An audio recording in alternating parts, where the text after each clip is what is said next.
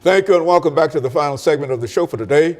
We're talking to Pastor K. Walker, and he's given us some information of dealing with the political, social, and economic aspects of the African American and how the African American can be empowered through learning and the knowledge of himself. And so, Pastor, let's see if we can pick up where we left off the last time, but especially I'm concerned about not only the African American race, but I'm also concerned specifically about young African American males in the African American race. What can we say in reference to what they should do?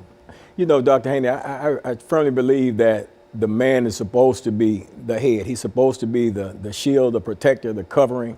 You know, he's supposed to be the strength, of the family unit, and if you can weaken the strength, if you can destroy the strength of the family unit, then you can destroy the family unit. You can pretty much hold anything else, at bay. The Bible says if you bind the strong man, if you bind the strong man, whatever is in the house, whatever goods, you can spoil his goods and everything like that. So we live in a culture where oftentimes the black African American male is under attack, and a lot of times not even realizing the design of the attack that they're under. Just say for example with the pants, people walking around with their pants down. Okay, if that's a dress style, I don't quite get it. I don't understand it. And time from time, I ask young African American men, why do you do that? And I've not been able to get an answer.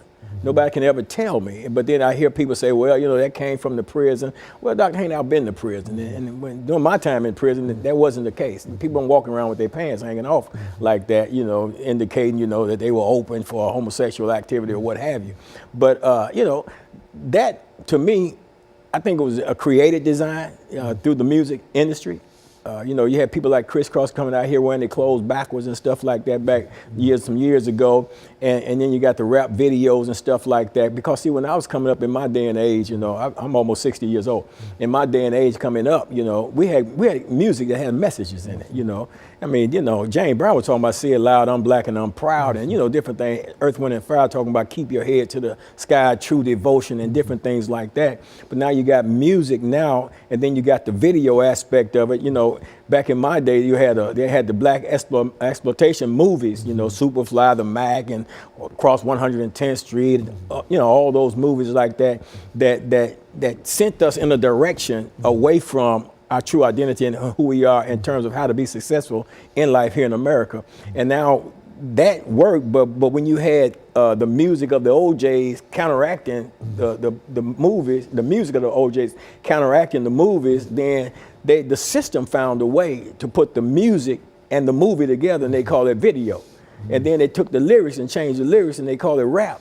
And a lot of the raps, the dirtier the rap is, the more garbage it spits out, the more degrading it is toward our women, the more violence it shows, the more sexual immorality it shows and things like that, the more money the artists are making.